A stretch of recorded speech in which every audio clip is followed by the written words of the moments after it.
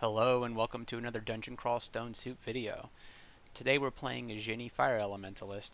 I have yet to win with a Djinni or a Fire Elementalist, so we'll see how far we can get. Before we get started, let's talk a little bit about our species and background choices. Djinni are a bit different from other species, mostly because they have no mana pool. They use their HP to cast spells.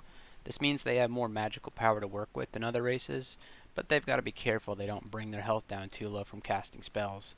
Then again, the only hit point that matters is the last one, am I right?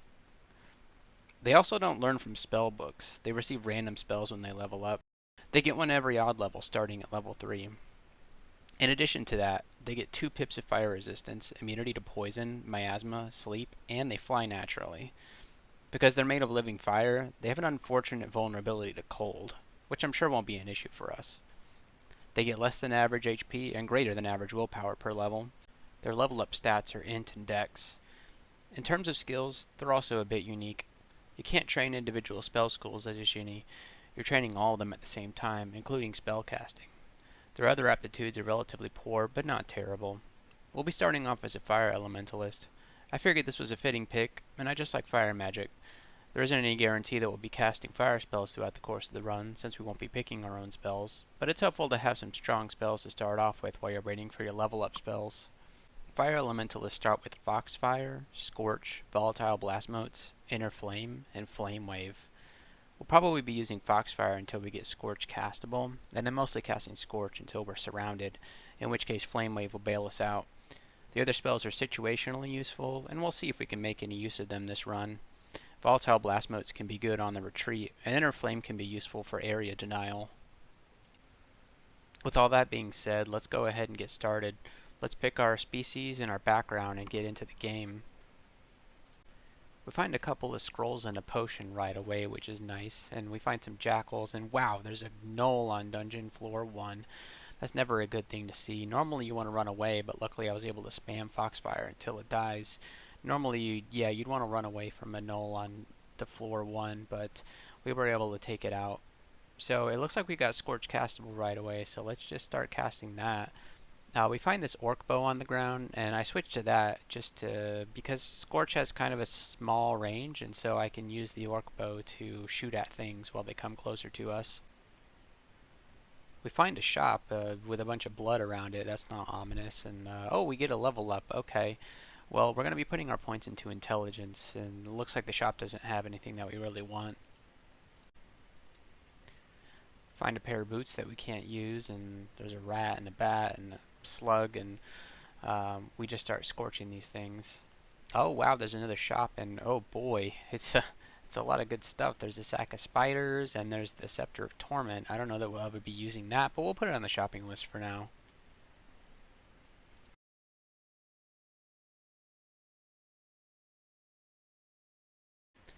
We find another shop behind some doors. It's a big shop floor.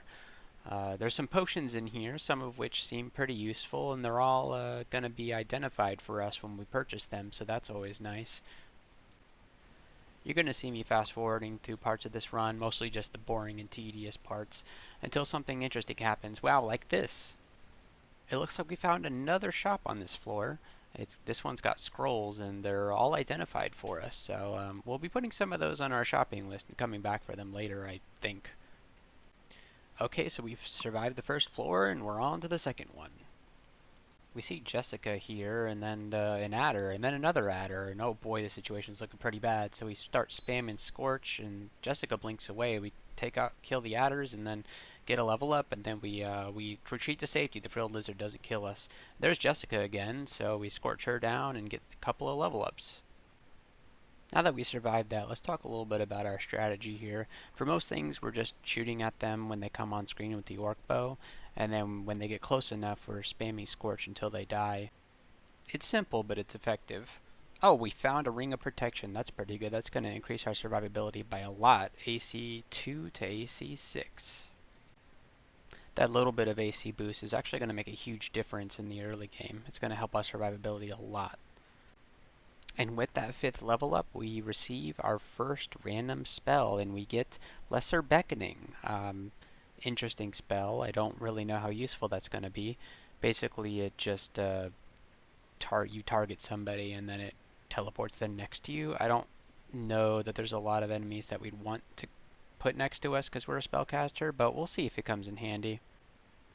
Right now we're basically just training our spells, training our spell casting and all of our spell schools. We got to do them all at once, so we want to invest in these levels early because they're really going to pay dividends once we get some better spells to cast. It's going to help us kill things quicker, which generally is the thing you want to do in Dungeon Crawl Stone Soup. And with that, we finish the floor and we're on to the next one. Just going to fast forward through the rest of this floor because nothing of interest really happens.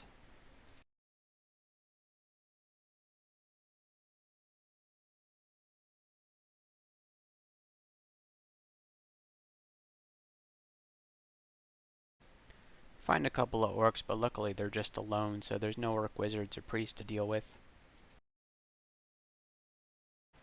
We head down to D4 and we're greeted by an iguana and an adder. Not a pretty sight to see.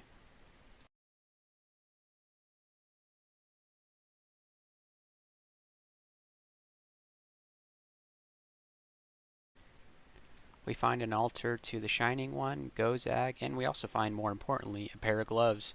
We go and we put those gloves on for a little AC boost, and it's at this point that I really consider worshipping Gozag, but ultimately I decide against it.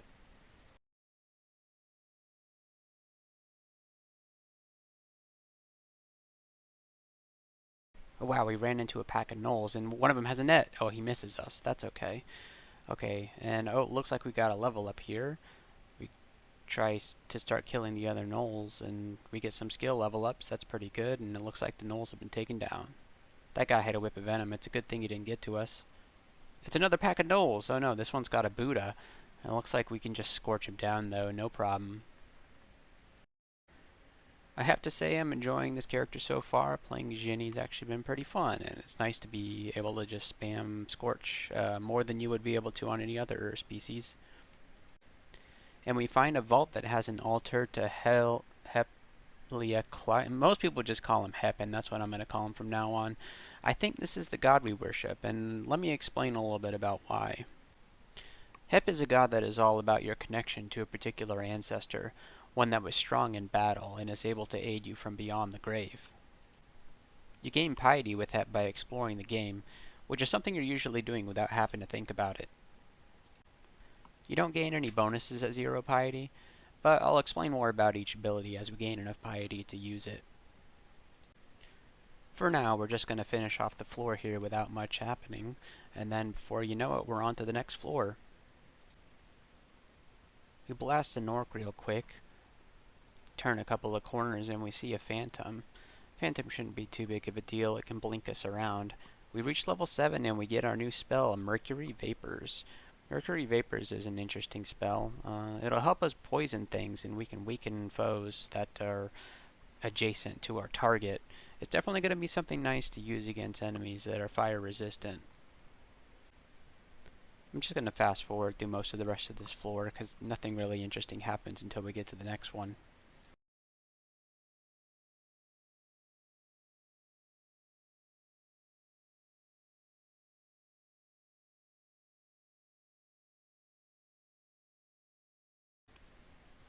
Alright, so we make it to floor 6.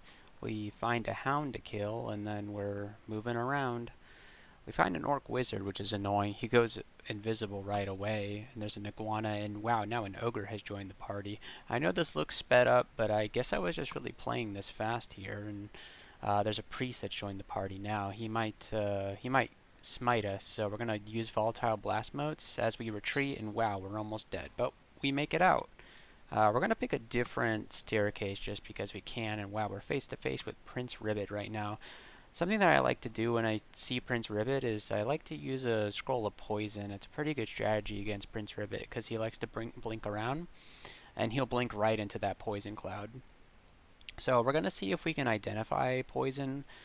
We got a couple of scrolls of identify that we can buy, and hopefully we can find poison here. We're going to identify a couple of things. Scrolls of Telly, that's good to have. Scrolls of Enchant Weapon, we're not really going to be needing. Oh wow, Scrolls of Poison, we got it. That's awesome. Okay, there's our Prince Ribbit kill done.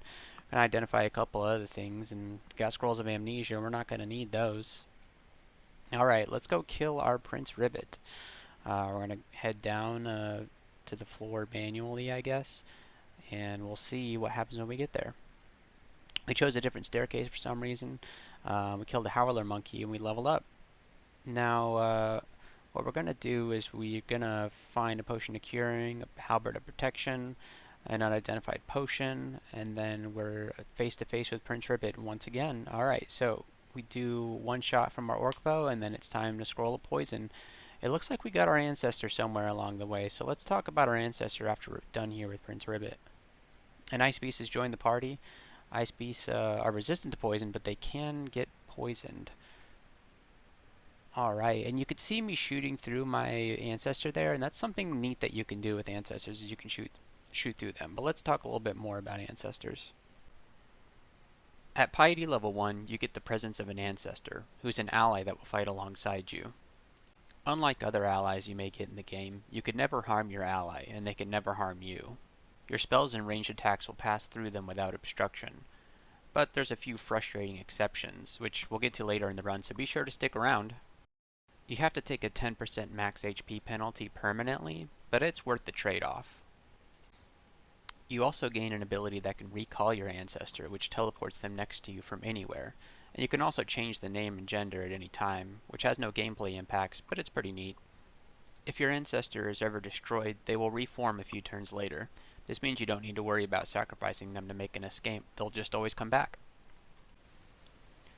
Alright, so we're going to keep exploring with our ancestor buddy following us around.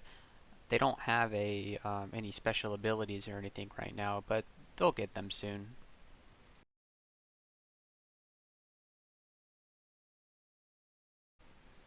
And we can see our ancestor here already putting in some good work taking these hits from this anaconda while we scorch it down. We find the ecumenical temple here guarded by a couple of orcs. We're going to use Flame Wave for the first time here to try and clear out these orcs, and we do. We don't need to go into the ecumenical temple since we are already worshipping a god, but it's nice to have found it.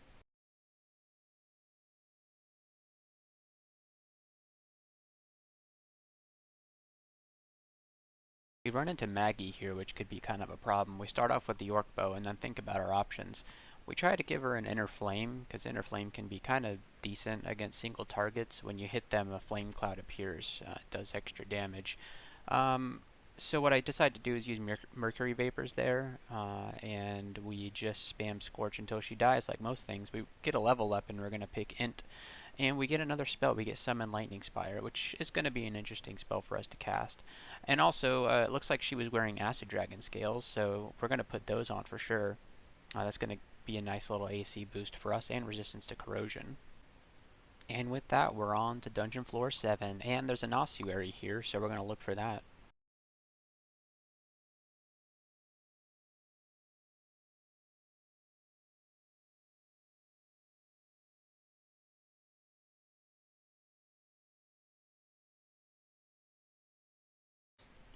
And it looks like we've gained enough piety to get to piety level 2 with Hep, so that means that we're going to be able to recall our ancestor's life. So let's talk about what that means. Once you get to 2 pips of piety with Hep like we just did, you can recall your ancestor's background. You get to choose from Knight, Battle Mage, and Hexer. We're going to go with Knight because we want our ancestor to tank for us and keep enemies away. The Knight has a melee weapon and a shield and will grow stronger when we level up. For right now, she's going to have a flail, a kite shield, and bonus AC. Her equipment and abilities will change as we level up according to this table here. So we're going to make our choice here, choosing Knight, and then we're going to start wandering around looking for that ossuary. Now with our Knight to tank for us, we're not going to be using auto explore or rest here because when you're on a turn crunch, waiting around for your HP to regen, it can waste a lot of turns, and these temporary branches tend to close pretty quickly, so you gotta find them. Also, auto explore can be pretty inefficient, taking you around to places that you've already been just because you forgot to check one little corner. There's a little bit of black space that it needs to go search down, so we're just going to be manually exploring for now.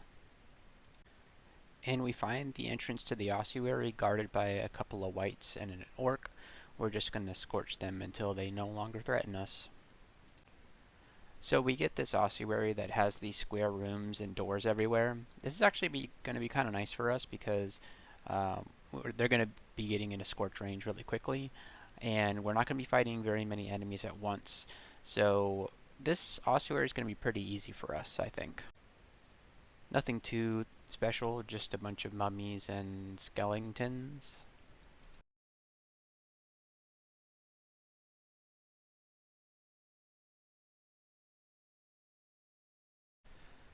We find this interesting room that's just chock full of spectral rats. It seems a little intimidating at first, but we just flame wave them down.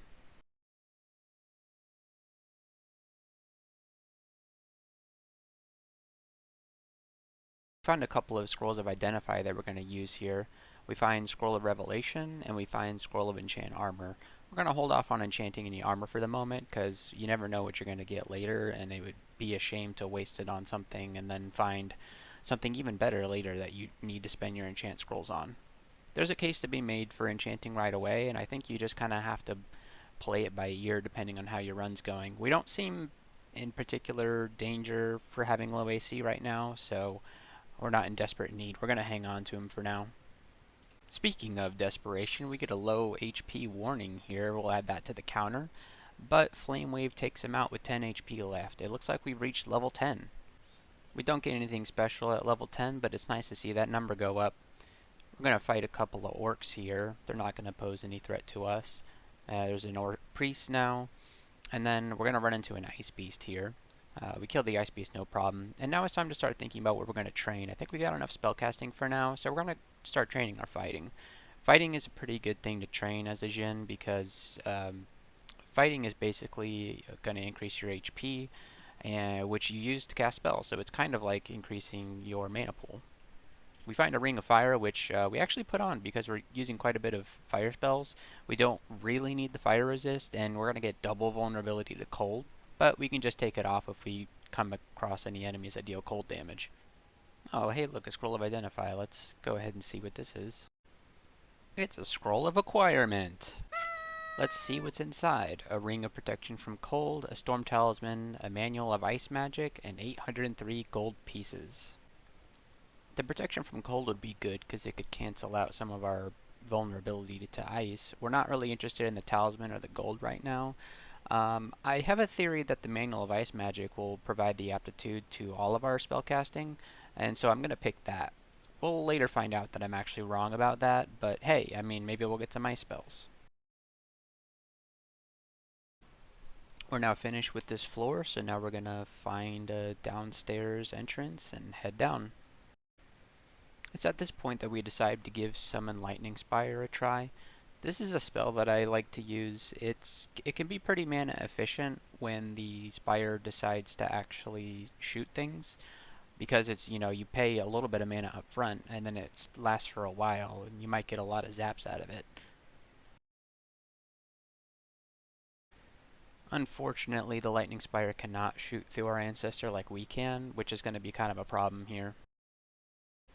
We're going to Inner Flame this Null Sergeant for no particular reason, and then Scorch him, and watch as he explodes in a giant fireball and creates flame clouds. That was pretty satisfying. We see a Shadowgast come through, and he goes invisible right away. So it's at this point that I check to see if the Lightning Spire can see invisible. Cannot, but luckily something nice about our Ancestor is that they can see invisible. So we're going to rely on the Ancestor to kill this Shadowgast for us.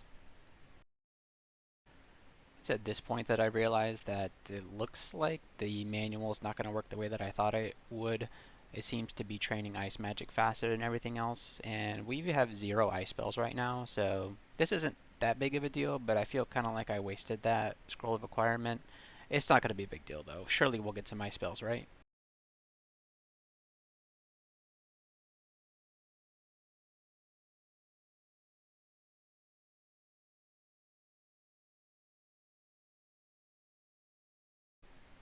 After a little bit of fiddling around with our inventory, we come across this stone vault with trees inside. Enemies start pouring out of this thing like they usually do, and there's a hornet, which I'm a little scared of, but luckily our Ancestor's there to take the hits for us. Ancestor's almost dead, so we're going to pull back a little bit here. It's at this point that we think we're safe, and then in steps a 5-headed Hydra. Luckily it doesn't spot us, so we're able to step away and get our health back. Alright, so it's time to fight this Hydra. We summon our Lightning Spire, and our Ancestor goes out to fight it, but the Ancestor is kind of off kilter, and so it runs right past it. We spam Foxfire just to try to get its health down, and we think about Mercury Vapors, but we just do trusty old Scorch spam while it's on the other side of our Lightning Spire, and it dies. We did it. We survived the Hydra.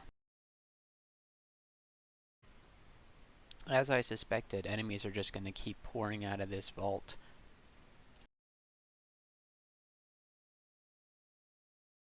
We see a Null Sergeant come out, which isn't that much of a problem on his own. Our Lightning Spire takes him out. And now we got an Orc Knight and a White here. These are two kind of dangerous foes. We're going to cast Inner Flame on that White to see maybe if we can get an explosion here. They're coming towards us, and so I'm spamming Foxfire trying to, kill them before they get close to us.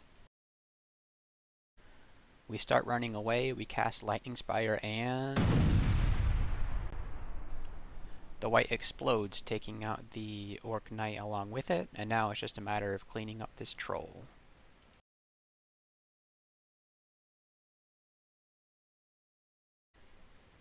We see another Null Sergeant over here, and we're going to cast Inner Flame on him as well, because we're really having fun with this spell.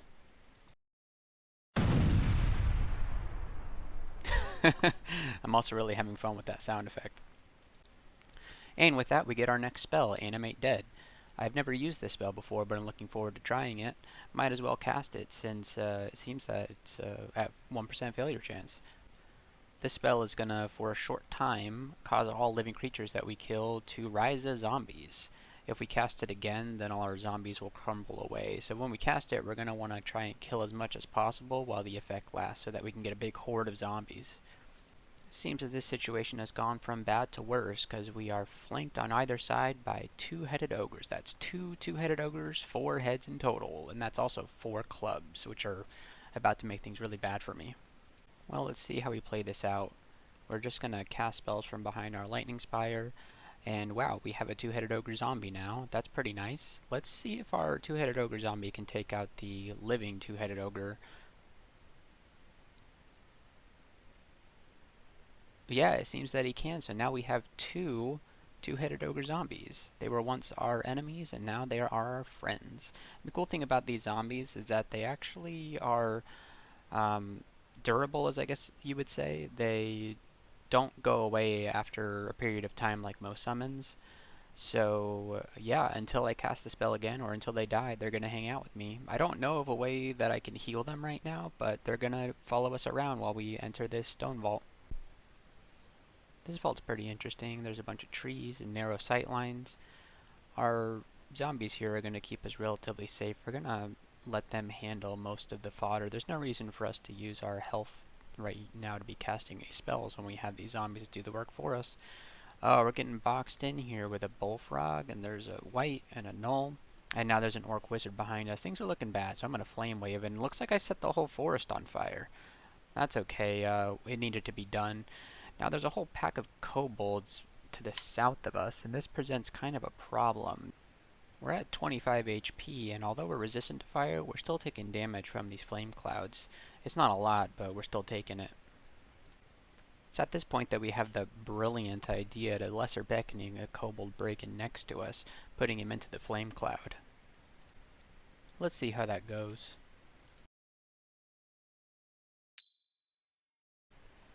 Yeah, that's right, we get whacked by the kobold brigand that's now standing next to us.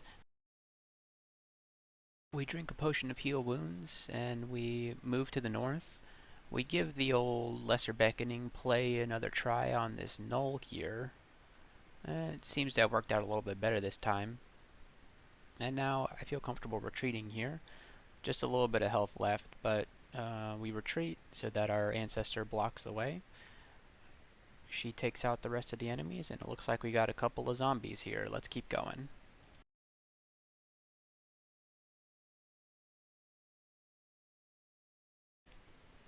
We're just going to wander around clearing out the rest of this floor without much to report.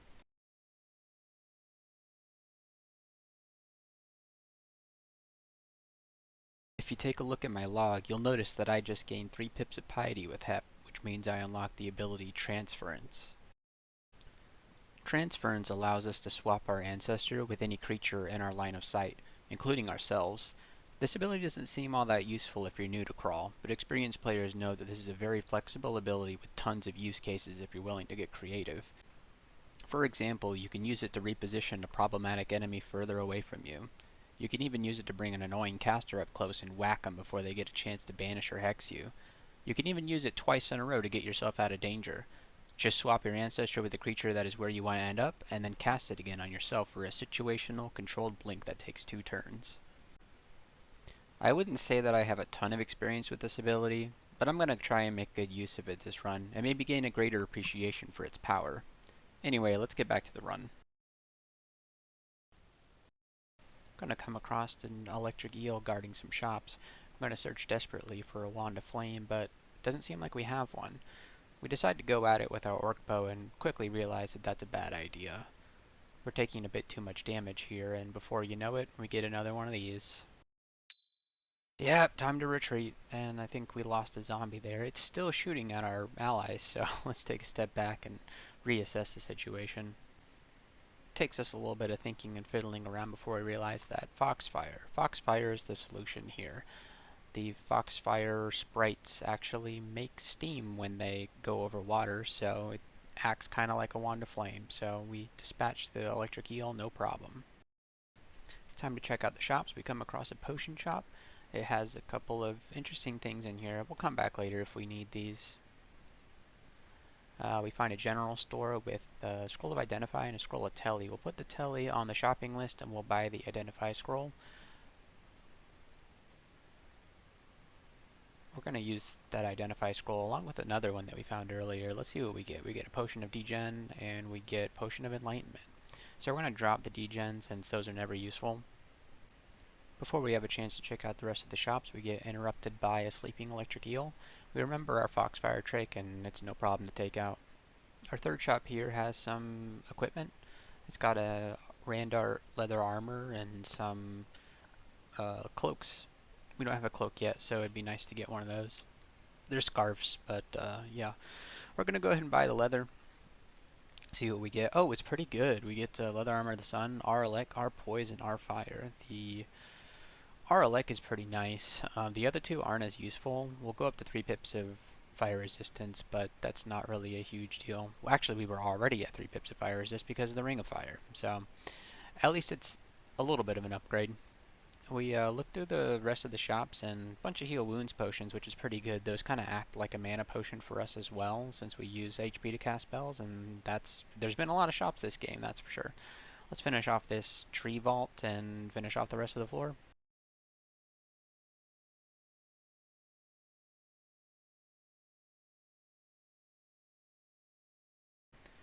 Alright, dungeon floor 9, here we go.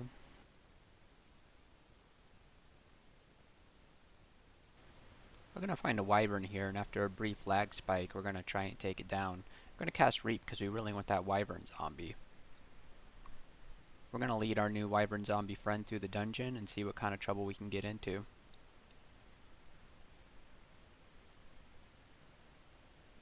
We run into a troll and we immediately abandon our wyvern zombie for a troll zombie. Probably should have waited until he was at lower health, but here we go. We got our troll zombie.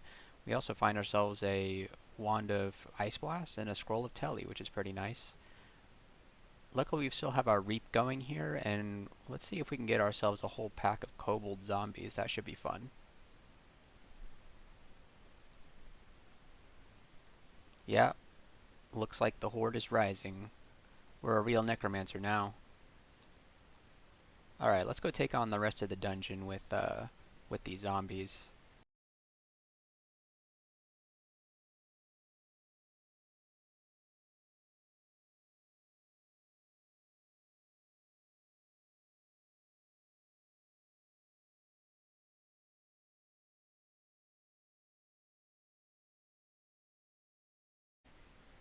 Find ourselves a pack of yaks, and we quickly turn them into some yak zombies. Nice. We run into a 2-headed ogre here, but luckily our yaks and our ancestor are there to tank for us. We take it down no problem. And then we're rewarded with a lightning rod. That's a pretty good item. Happy to have that. Gonna want to train some evocables soon to make good use of that. And we're on to the next floor. We're immediately greeted with another two-headed ogre. Time to get our two-headed ogre zombie friend back. We take him down and lead him through the dungeon. We try to get some more zombies, but our reap ends, unfortunately. We find some orcs. They shouldn't be a problem for us.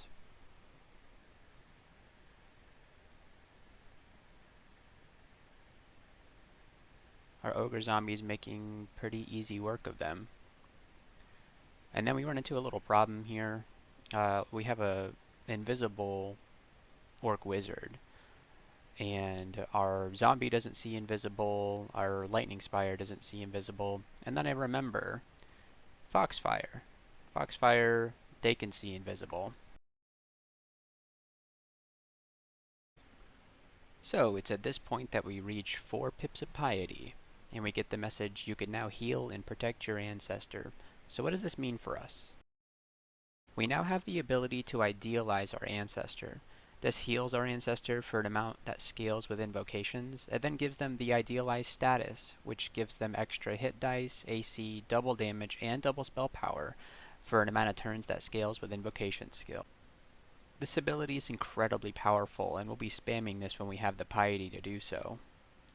It's going to be a good reason to train our invocation skill, because the invocations bonus is huge for this. Find the entrance to Lair and a wand of ice blast, and wow, it looks like we got a room full of bees. We're going to start casting Scorch on these bees. We would have gone for Flame Wave, but we wanted to keep our zombie alive. We're going to get some bee zombies now that our zombie is dead.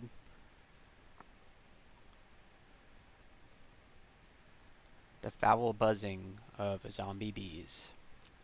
And we're level 12. We feel clever, and our ancestor has remembered some of their skill. Not sure exactly what that means for now, but they are getting stronger.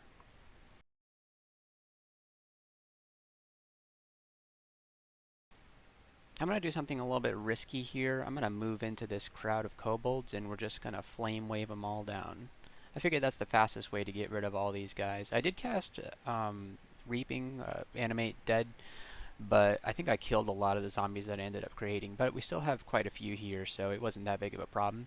We find yet more shops.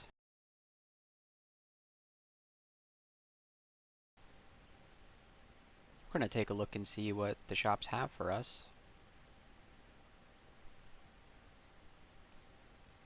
We find a glowing triple crossbow and the staff of Olgreb. An interesting staff. If we ever get some alchemy spells, we'll be sure to come pick this up, although it is quite expensive. It basically allows us to use Olgreb's toxic radiation, no, Olgreb's toxic radiance as an ability that you get that uses evocations when you have that staff. So it's an interesting thing. We'll see if we get the money to buy it, and if we see if it'll work with our character. We find a couple of things here, a bunch of scrolls of identify, which are nice, and I'm kind of interested in this Randar troll armor, because it's going to give us regen, which is essentially mana regen for us. So maybe we'll come back and see what that is at some point. Could have some pretty good properties on it. We find a Staff of Air on the ground, which is not all that useful for us right now. We have resistance to electricity on our chest piece, but it could be nice to hold on to in case we needed to swap to a different chest piece, and we can swap to this if we need resistance to electricity.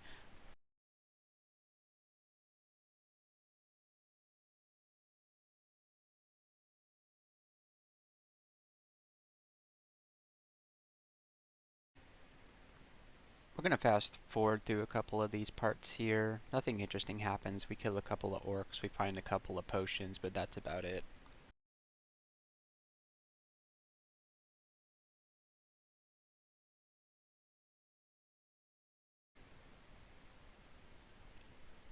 I'm going to go back to normal speed now for this encounter. So we start off just fighting a few orcs. Nothing seems to be out of the ordinary, but then we find a a giant, and then an acid dragon. So we're trying to conserve our resources. We get blasted by that acid dragon, which kind of sucks. Wish we would have been wearing the acid dragon scales. But all this casting is really taking its toll on us. We're getting hit and we're also casting spells. I'm only going to add one counter to the low hit point warning counter because I don't treat it as a separate instance until my health has gone all the way back up and it's a different encounter. So now we're in kind of the same position we were before. We've got an invisible enemy and we've got to deal with it. So we use Foxfire like last time, but the Foxfires are having a hard time hitting this invisible enemy. I think it's a wizard. And we go pretty low here trying to kill a Foxfire, and we finally do. So that was kind of scary, but we're through it with without much to show for it. And we find the entrance to the Orcish Mines, which is pretty cool. A bunch of potions of degeneration, which is kind of interesting.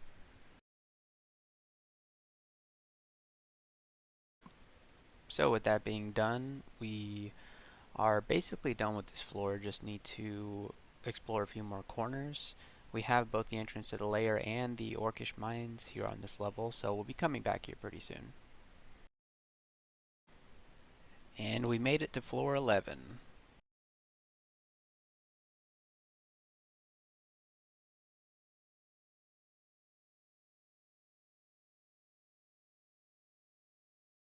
Find a scroll of identify, and we identify berserker potions. We're not going to be using those, so we just go ahead and drop them for inventory space.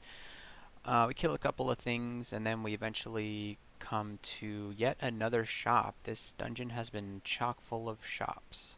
So we have to kill an orc to access it, but what we find inside is we find an unidentified amulet and a scroll of enchant armor.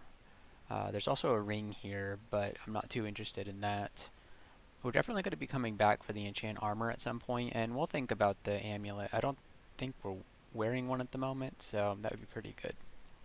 We find some vampire mosquitoes just to the north of us, so we're going to pull back, summon our lightning spire, and then see if we can get it do the work for us. We're going to scorch a couple of times, and then we start to get assaulted by a centaur here from the west.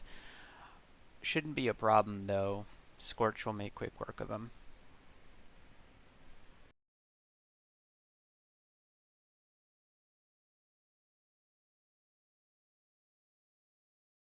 Now we see some orcs in a 2-wide hallway, and so we decide to cower behind our lightning spire and our ancestor. A 2-headed ogre pops out, but the lightning spire does a good job killing him. And so our hallway fight was successful, and we get ourselves a 2-headed ogre zombie out of it. But there are more orcs to fight.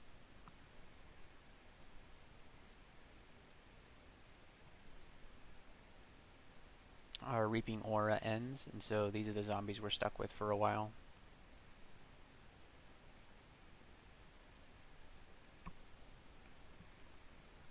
We find a manticore. We get up close to him and start casting our spells. It looks like we have trained our fighting to 10, so it's time to choose something else to train. So at this point, now that I've got my fighting to 10, I like to train defenses and miscellaneous skills. So I'm going to start training armor, dodging, invocations, and evocations.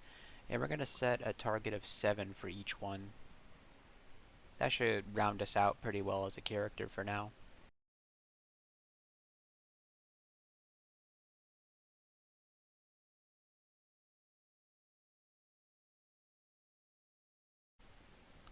I'm going to run into a boulder beetle here, a sleeping boulder beetle. So the strategy is we're going to summon our lightning spire and let that take some of the hits for us. Then we're going to remember that boulder beetles are particularly weak to poison, and so I give it a couple mercury vapors, and before long it's been killed. Pretty easy. And with that, we're on to floor 12. Now this is as low as we're going to go in the dungeon for now. We immediately are greeted by 3 slimes. I summon my lightning spire and then quickly change my mind and use flame wave to kill them. We find a wand of flame finally. So we were looking for that earlier, and oh no, it's a centaur warrior. This could be a problem. I think we're particularly vulnerable to ranged enemies, and so what I do here is I try to cast transference on the centaur warrior, because something interesting about centaurs is that the range attacks are scary, but their melee attacks are not so much. So we get the centaur warrior up next to us, and we realized we made a huge mistake. Now we are on 28 HP, and we got a centaur warrior next to us, and we got other centaurs shooting at us.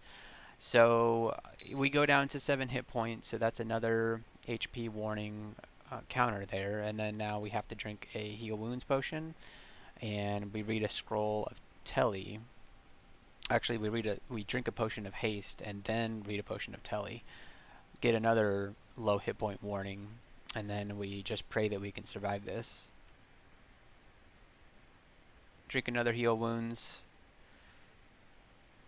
scorch, and HP's going down, but we do kill the centaur warrior right before our teleport goes, and oh no, we've just teleported in view of some gnolls, but luckily they were asleep and we were able to retreat. So we get our ancestor back and we get all our HP back, and it seems like we survived that encounter.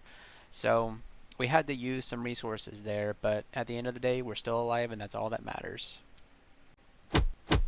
Ouch! We just let that Cyclops get 2 free hits on us because we were not paying attention.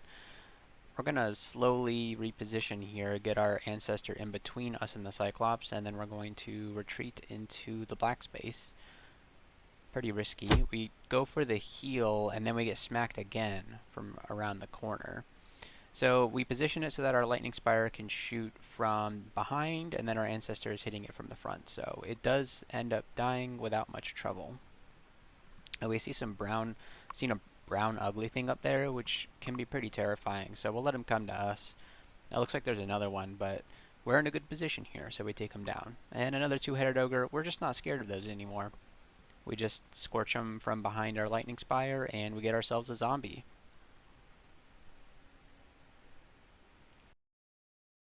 We run into another boulder beetle, and it takes us a couple of scorches before we remember our foolproof strategy of mercury vapors. Poison really does a good job on these guys.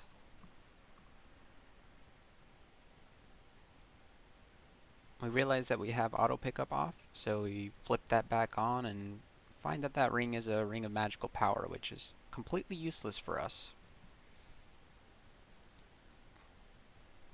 We see a Cyclops, and gosh, why does this keep happening to me? We're gonna make him pay for that. We put some summons in between us, and before long he's dead. And we're rewarded with our 13th level up, and we get our next spell is Silence. We learn Silence, which seems like a scary spell for us to be casting. I don't know really any situation where that would be useful for us. We need to be casting spells to deal damage. We're not really going to be training any kind of melee fighting, so hard to say if we'll get any utility out of this spell. Kind of a bummer, but we still have plenty left to learn. I'm going to kill this vampire, no problem. I'm going to pick up a couple of things, and we find a 2-headed ogre. This one has threat level yellow, so I guess we're strong enough now where they're no longer red. We look around for some more things to kill while our reaping aura is still active, but alas, none. Find a couple of wraiths. We move back and let our summons do most of the work for us. Run into a pack of gnolls led by a sergeant, and there's a halberd of distortion there. We go for the flame wave here, and to great effect, we kill all of them. Now we notice that one of these gnolls had a +2 buckler, so we're going to go ahead and put that on. It shouldn't affect our spellcasting too much, and we're going to start training shields, because I'd like to use a shield with this character. I think it would be a great idea to conserve some health while we're taking damage and casting spells. And with that, we're nearly done with the floor. We just need to kill this last 2-headed ogre. Shouldn't be a problem with all these zombies.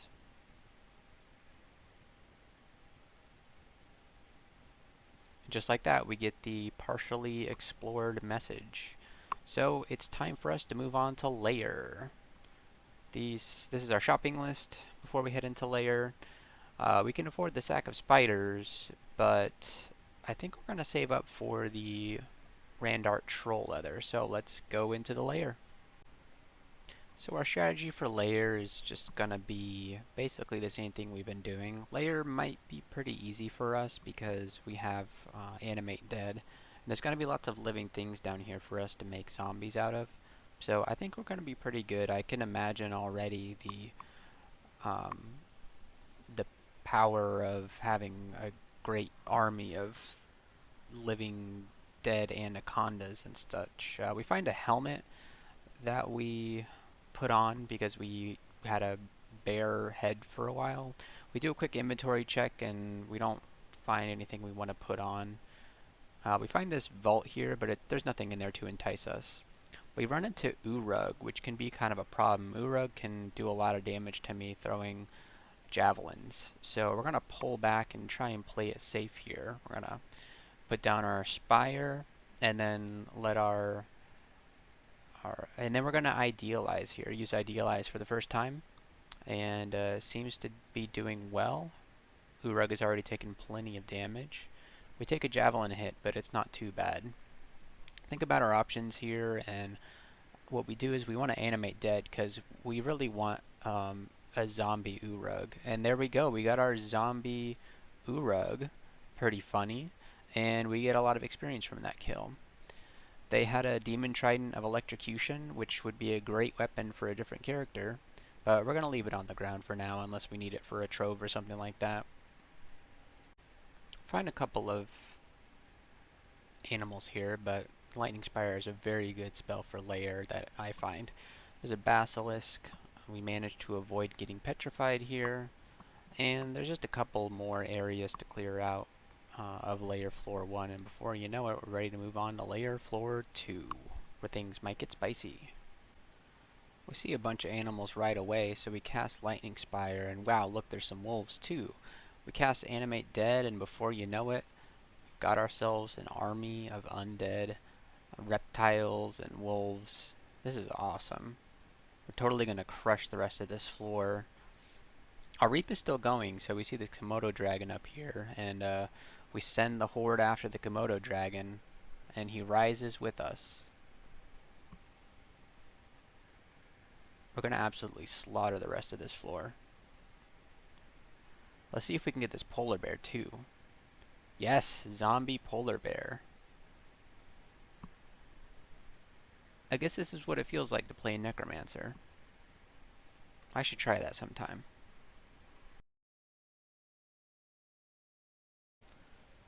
It's at this point that we reach 5 pips of piety with Hep, and we get the message, you now drain nearby creatures when transferring your ancestor. So let's find out what this means. Now, when we use transference, creatures next to our target, next to the creature that we swap our ancestor with, will be drained for duration depending on invocation skill. To know how useful this ability will be, we need to know what drain status does. Drain status for monsters temporarily reduces their hit dice, it lowers their spell power, melee accuracy, willpower, and a few other things. I see this as being sort of a nice bonus to add on top of an already powerful ability, especially since monsters tend to be clumped up together, so you're generally going to be getting some nice drains on enemies when you're just using it regularly. I think this is a pretty neat thing. Anyways, getting back into it, it looks like there's a pack of yaks up here. Let's send our army of the undead to go fight them. Yeah, it looks like this is going pretty well. We find this Randart robe. It's not all that useful. Doesn't have a great bonus. Strength doesn't help us all that much. We're just going to kind of plow through Layer 2 with our zombie army. Our strategy's working out pretty well for us right now. Keeping a nice cohort of zombies around us. Scorching things. Putting down our lightning spire whenever we can. It's really getting us through this floor. I didn't think Lair was really going to be a problem for us because I find one of the biggest problems in Lair are cane toads, and mostly because they hit hard and they can poison, but we're immune to poison, so we find the entrance to shoals and take out a couple of merfolk, and then that's the end of Layer 2. Make our way down to layer 2, and things seem to be going well until, yeah, this Rime Drake. I forgot Rime Drakes are a thing. We're currently double vulnerable to cold right now because of our Ring of Fire, so we quickly take that thing off. Yeah, that could have gotten us killed right there, but luckily the Ancestor comes in to save the day, and we get ourselves a Rime Drake zombie. We're going to keep that Ring of Fire off for a minute because I'm worried about future Rime Drakes. We run into a Catoblepis, which can be kind of a problem. They can turn you to stone, which is never a good thing. You always want to move as soon as the cloud gets on you. Like that. Yeah. Just move around and you should be fine. They hit kind of hard too. Alright, so we got through the Catoblepis okay. I found a pack of yaks and some bees. It's never really a problem. The presence of the bee makes me think that maybe we have a bee vault. You don't typically see killer bees in Lair unless it's the bee vault. And by the bee vault, I mean there's a massive hive that can spawn. And yeah, seeing these trees makes me think that we might have that vault, which is honestly not so bad for us. We're immune to poison. We're making all of these zombies. Look at all these zombies. This is absolutely insane what's going on right now. And we still have a reap going. So what I'm going to do is dig in here. And there's Spriggans in here. And a wyvern? What is going on? Okay, I don't know that I've ever seen this before, but we're going to scorch from behind our zombie wall. And we're just going to create more zombies. Although our reap has run out at this point, but our killer bee zombie army is keeping all the Spriggans away. And I find Spriggans to be actually kind of terrifying. And so, and it's at this point that I really realize that, wow, using health to cast spells is kind of insane. We have 86 health, and if you think about the mana pool of a typical character at this point in the game would be around the 20s. So we were able to just spam Scorch for many turns, and it really trivialized that encounter. And you can see it trivializing this situation as well. Now, we found Gastronach, and I'm simply just going to scorch him down. I don't even care. We reached level 14, and we're feeling pretty powerful here. Let's try not to let our hubris get us killed. We're going to put on Gastronach's hat, because it provides better AC than our +0 helmet. And we're sitting pretty here, so pretty good.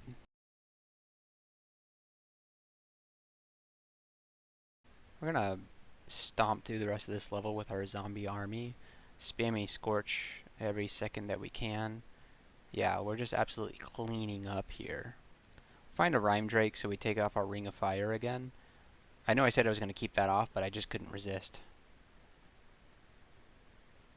We identify some potions, we get Fear and Blinking. It's nice that we got Blinking. We only have one of them, but if you have one scroll of Blinking, you're basically invincible. We're going to look around for potions and scrolls in shops, and with the presence of a Naga here, that means that we probably have Snake. Yeah, there it is, Snake Pits. So I'm not too worried about Snake Pits. Honestly, Snake and Spider are equally dangerous to me. I think we're gonna roll through Snake Pit without much trouble when we finally decide to do Snake Pit. But there we go. We're done with layer 3 and on to layer 4. So this particular floor of layer has a volcano in it. We really want to do that volcano because we're extremely resistant to fire. So we should do fairly well against anything within that volcano. We find a we used a scroll of revelation, and we find that there's a staircase that's actually particularly close to this volcano. So we look for it and we find it. We just got to kill a Komodo dragon and a couple of frogs, and we see an endoplasm, which makes us think, okay, there's the entrance to slime over there to the west. So we cast Animate Dead, and we find out that you can actually get slime zombies. Like, look at these jelly zombies, endoplasm zombies. I didn't know you could get those, but that's because I've never cast the spell before, but that's pretty cool. Unfortunately, we're going to have to leave them behind when we go into this volcano here.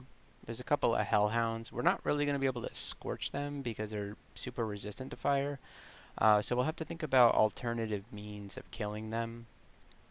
We'll think about poisoning them with mercury clouds, and that seems to do the job here. So we're going to have to leave our zombies behind and go into the volcano. So one of the big problems we're going to have in this volcano is that most of the enemies in here are going to be resistant to fire, which is kind of our primary damage type, starting as a fire elementalist. We'd love to spam Scorch, and we're just not going to be able to do that here. So we'll rely on Poison to take out these fire bats.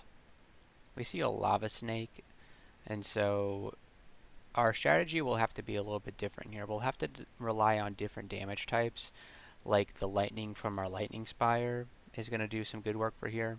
Of course, our ancestor is dealing physical damage, which is going to do pretty decently against these fire-resistant enemies.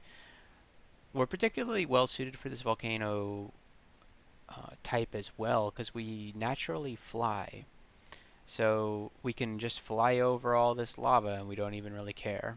So we're at the point where we're in the rooms. We found a red devil, which is also resistant to fire. So we lure it in where our lightning spire is to try and hopefully get some lightning zaps on it. It's resistant to poison as well, which is kind of a problem. So taking it out might be a bit tricky, but I think we have the tools to do it. And yeah, the lightning really takes it out pretty quickly. We found an orc sorcerer, which is weird to find here, but we will dispatch it like everything else. We open the door and find a couple of other things. I'm a little worried about the magma molten gargoyle. That seems like it's going to be a problem. So we'll put our lightning spire down and we will poison things that we can, and we'll hope that our ancestor can do the job for us. The ancestor taking a little bit of damage, so we'll idealize here, and that'll boost their damage, their HP, and it'll really make them sort of a huge tank and damage dealer. We're going to idealize again just so that they don't die here, and it's a bit of a piety loss, but we want to survive this volcano. We want to see what kind of loot we can find in here. So we're doing pretty well, but that gargoyle is still there, and I'm a little worried about the gargoyle. We're going to idealize again so that if our ancestor dies here, then there's nothing stopping that gargoyle from coming over and just killing us. So we're going to try and create zombies and do what we can to not die here. We've got them drained with transference, and the gargoyle is dead now. So we just need to poison the sorcerer until it dies, and then the sun demon is a bit of a problem. So we'll let our ancestor and zombies deal with it, and they do. So we're looking pretty good here. We still got a few more doors to open. So let's see what's behind those doors after we take a little peek at the loot that we found. A lot of stuff of fire resistance, which isn't a big deal for us since we already have plenty of it. It's just a hellhound. It's not a big deal. The lightning spire takes it out. I didn't think the loot in this volcano was going to be particularly useful for us, seeing as how we have plenty of fire resistance and we don't care all that much about weapons that deal fire damage. But the XP is pretty nice, and I think we got some gold out of the situation. So I'm happy about this volcano overall. It wasn't too hard, and we got some stuff out of it. So cool. Let's get back to the lair.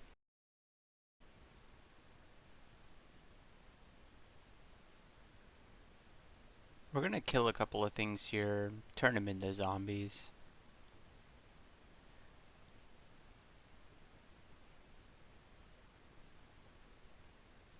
We see a bunch of wolves and frogs and a rhyme drake, and so we're gonna cast Animate Dead again here, and we're gonna Flame Wave, and we create quite the zombie army here. This is pretty good for us. We're gonna use the zombie army to try to stomp through the rest of the level. It's at this point that I decide, alright, you know what? Let's increase all of those skills, survivability skills, and invocations, evocations. Let's bring them all up to 10. 10's a pretty good number for those. It's going to help us stay alive, it's going to help us use our evocables, and we're going to be able to get better power out of our invocations. We find a Hydra, but at this point we're just not scared of it. We have such an army here, and we do something kind of stupid here. We decide we're so powerful, we're just going to hold the F button down. And that's a big problem. We get down to 1 HP somehow, so we frantically quaff heal wounds here, and we spam flame wave. And luckily that gets us out of it, but we've just made a huge mistake. Keep we can't keep doing that. That was we almost lost the run there. And so with that, we head down to layer 5, the final floor of Lair. We cast Animate Dead and we try and get as many zombies as we can here. Find a wyvern and a whole pack of elephants. We stand behind our lightning spire and spam Scorch, and we create a whole host of undead pachyderms. We get these snakes into our roster, and our reap status is still going, so we're just going to keep trying to create zombies here as quick as we can. So this is our army that we're dealing with for the rest of the floor, I think, and it is seeming pretty powerful. We eventually find the entrance to the end vault here, and we've got to be a little bit careful about this end vault, so we'll exclude it and we'll just explore the rest before we go in there. So we explore the rest of the floor, and there's really nothing else for us to do other than to go into the end vault. Now I think this is the vault that has a lot of catoblepises and death yaks, so we'll have to be a little careful here, but I think we're actually pretty well set up to head in there. So something just happened here. We leveled up, and our new spell that we learned is Starburst, which as a fire elementalist we're actually pretty happy about. We're going to start training spellcasting so that we can cast it with a decent fire chance, spellcasting chance, and we're going to be happy to have that. Unfortunately, Starburst is going to deal damage to our zombies, so we're going to have to be careful about using it when we have our army of the undead around us. We're coming in here with a couple of yaks that we see, death yaks, normal yaks, but we're doing a good job with our lightning spire, spamming Scorch. We've got our elephant zombies. We are doing a pretty good job here, I think. So we'll take care of this manticore. Unfortunately, we can't move because we're barbed right now, but if we wait long enough, our characters should remove the barbs from their skin. And it looks like the manticore is dead, but we're still barbed. Alright, so we're good now. We pull the barbs out, and we're going to keep exploring. So we got some death yaks and a manticore. We're going to put down our lightning spire, and we're going to spam Scorch. This should be a decent strategy here. We're going to idealize our ancestor just so that they have a decent boost to their HP, hit dice, damage, and all that. It's going to get us through this situation.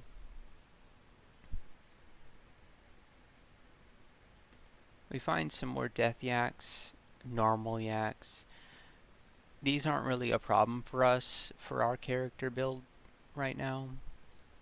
Lair, as I thought before, is going to be pretty easy for us. Like, we get stoned by this catoblepis, but it's not a problem. Our yak zombies get us out of the situation. We don't even need to do anything here. It's just a matter of cleaning up the remaining yaks, and we should be able to just grab the loot now. And yeah, there's a catoblepis here, but they don't stand a chance. we're gonna use transference to get it away from us, which will also drain it. And between the lightning spire and our ancestor, this cataplepis just doesn't stand a chance. So we'll look through the loot and see if we get anything useful. But it looked like there was a spellbook there and some gold. It just doesn't seem all that useful for our character, but that's just the way that the Layer 5 vault is sometimes. So it's time for us to head down to the Orcish Mines.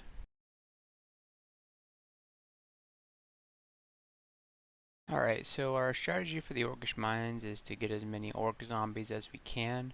We cast Animate Dead, Lightning Spire, and we just try to spam Scorch to get as many orc zombies as we can. And the strategy is working out pretty well for us on Orc 1.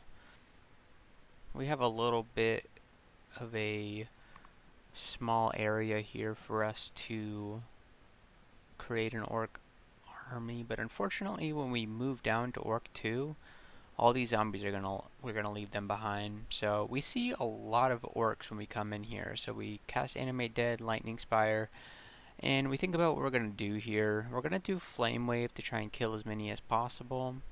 We unfortunately destroy our own Lightning Spire when we do that, but it's good because it clears out a lot of the weaker orcs. And our health is getting kind of low here, so we got to think about what we're gonna do. We've got an orc warrior that's shooting us with an orc bow, and we have a warg and an ogre and a sorcerer. And so we move to the west, and we're gonna use Scorch just to try to kill things.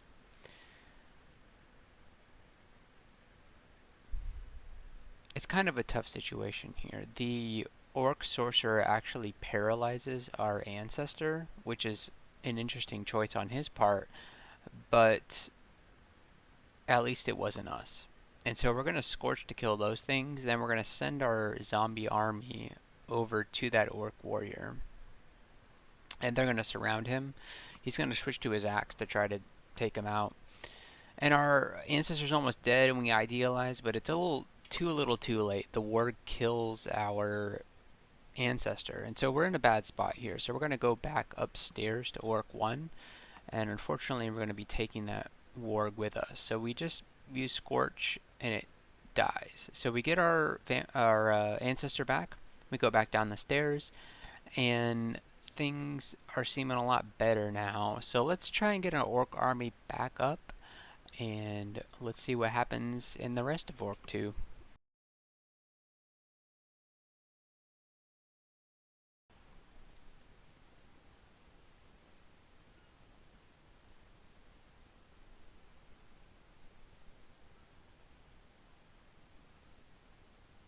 We stroll around and we find an orc wizard.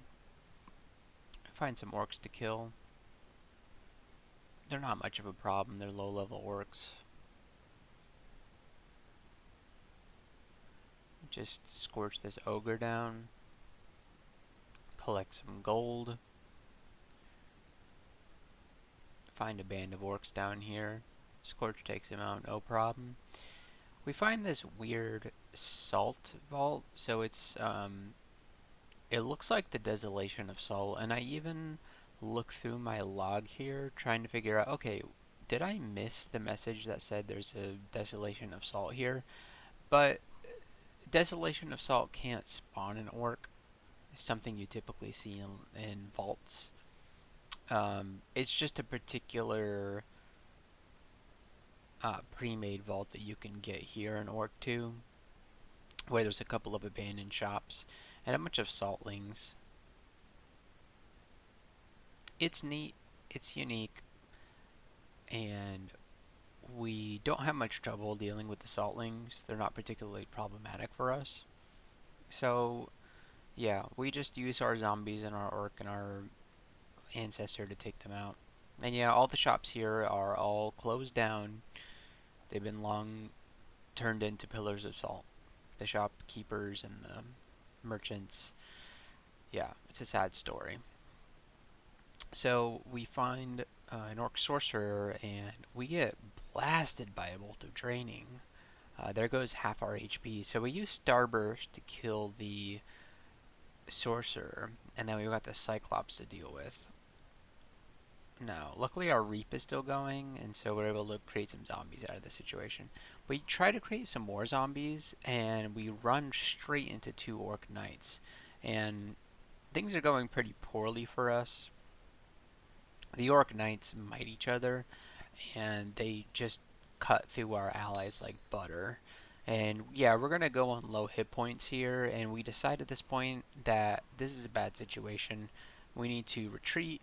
We need to use a scroll of telly. So luckily we are able to get out before anything bad happens, and we luckily don't take that upstairs. We take this one, because that upstairs had an asterisk on it, which means that some bad things could be laying up there, waiting for us to go up there. So we made it out of that bad situation, and we are -1 scroll of telly, but we're just going to need to be a little bit more careful when we go back down to Orc 2. It's, we don't know what we're going to see down there. Orc 2 can be kind of nasty with all the different, the Orc priests, Orc high priests, and the Orc sorcerers that can spawn down there. They can really make your life a living hell. But yeah, let's go back down there and see what we see. We're going to try and separate those Orc Knights, hopefully. When they might each other like that, it makes a bad situation. And yeah, the Orc with the Arbalist is pretty problematic for us, because I think whenever you're playing a spellcaster, any enemy that has ranged attacks can be kind of a problem for you. That's just something I find after playing many spellcasters, is that enemies that have long range attacks such as centaurs, orc knights with arbalists, yaktars, those guys really give you some trouble. So we're going to idealize here because our ancestor is going toe to toe with that orc knight. Luckily the ancestor deals with that orc knight pretty well, and we're through the situation without much trouble. We're going to heal up our ancestor and then ourselves, and then we're going to keep exploring here.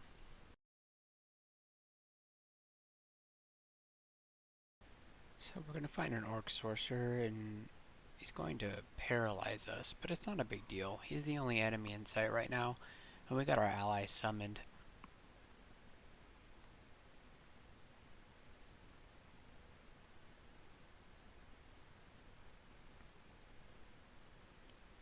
Poison him, and it's not long before he's dead. We're going to head into this door.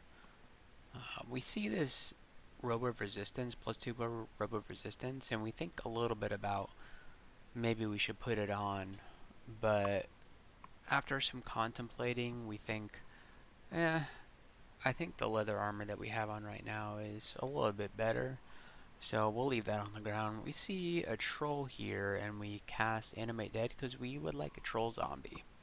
So we get ourselves a troll zombie, and let's head through the door to the south, and we see a lot of orcs down here, which is good because we've got our living dead still going. So let's start scorching them, and we create a whole orc zombie army, which is nice. So let's check out what's in the shop. It's not that interesting for us, so let's head north, and wow, we just stumbled upon a whole party of orcs. There's a lot of nasty stuff up here. There's a cyclops, two-headed ogre, some orc knights. We're going to need to think about how to deal with this. So we decide that the best way to deal with it is to cast Inner Flame. So we cast that on the two-headed ogre, and we started thinking about what else we're going to cast. So we poisoned that two-headed ogre so that he starts taking damage and creating flame clouds. And let's start using Inner Flame on a couple of the other orcs here, and also poisoning them as well. So luckily, because Inner Flame and Mercury Vapors are smite targeted, we can cast them through other enemies. And so as they take damage, they'll spawn flame clouds, and those flame clouds will damage them further. And this kind of thing happens right here. So the whole area is saturated in flame clouds now, and it's creating a nice little gap, a little area where the orcs are afraid to enter. So we idealize our ancestor to heal them up as they move through the clouds of flames, and yeah, it's a bloodbath. And so we get through that encounter pretty easily. So let's take a look at what we've got here. We have this ring here which has resist cold and a couple of other nice things like resist negative energy 2 pips and strength. So we'll put that on the shopping list because it's gonna be good for us, I think. It's gonna be nice to have resistance to cold along with those other bonus resistances and attributes. This scroll shop here has a lot of scrolls of Telly, and enchant armor is always good. We find one more shop. It doesn't have anything all that useful in it. We see a two-headed ogre, but it evades us. We're going to look around and try to find that two-headed ogre. We'd really like to kill him for the XP. So that's what we do. We put down our lightning spire and we let him come to us, and he's not much trouble. And with that, Orc 2 is done. Let's go clear out the rest of Orc 1. There's always these little staircases that could bring you up into disparate areas of Orc 1. Little disconnected chambers. So yeah, there was just one ogre up there. And then let's check out what's up here. Couple of orcs. Wow, kind of a lot of orcs. But we've got the power to deal with these guys. So it shouldn't be that big of a problem. We're on a lesser beckoning that particular orc warrior towards us because he had an orc bow, which we thought was pretty problematic. So we brought him up to us, and our ancestor took him out in melee. So with Animate Dead going, we kind of snowball through this whole situation. Our orc zombies are really taking out all of these guys as we scorch them from the back lines. It's kind of a bloodbath. So yeah, let's clear out the rest of this area. I think that's pretty much it. But no, I was proven wrong. There are three orc warriors and an orc knight. Okay. Luckily, we have a whole army of zombies here to help us out. And so it's going to take them a while to mulch through all this HP while we scorch them down from the back. And yeah, that's a winning formula for us. All there's left is this blast miner. And there he goes. He's dead. So it took all of our zombie HP, but we got through that situation. It didn't get out of hand. So let's take a look at our shopping list. There's certainly a lot of expensive items on here, some of which are very useful, some of which are questionable. But it's all things that we'd maybe like to try and purchase in the future. We're really interested in this. Now that we've got some money here, let's see if we can take a look at this troll leather armor. So it's got Aura Lek, Will Plus, Regen Plus, See Invisible. That's pretty good. It's +2 enchanted, so I think we're going to put that on. It's definitely better than it's like a strict upgrade to the leather armor that we're wearing right now. So we're going to go ahead and put that on, and it's going to be nice to have that extra regen, because that's basically mana regen for us right now, so we're very happy about that. We're also going to get this ring of cold resistance plus, essentially. This is going to be really nice for us because we've been lacking cold resistance, and look, now we're on neutral cold resistance. We're not vulnerable to it, but we're also not resistant to it. We're going to hope to improve that situation in the future, but for now, not being vulnerable to cold is pretty good for an Efreet. So I'm happy about that. We're going to drop some useless things, and here's our stats at the moment. Here's our equipment, and I'm thinking we're looking pretty good for the end of Orc 2. So we're going to head into Dungeon 13 and see what kind of trouble we can get into.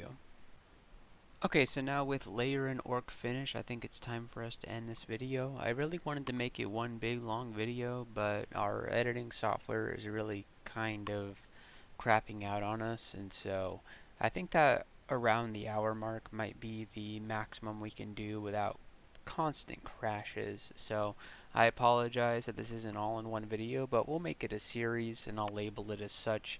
I appreciate it if you've watched this long, and if you have any suggestions or comments or anything like that, please leave a comment down below.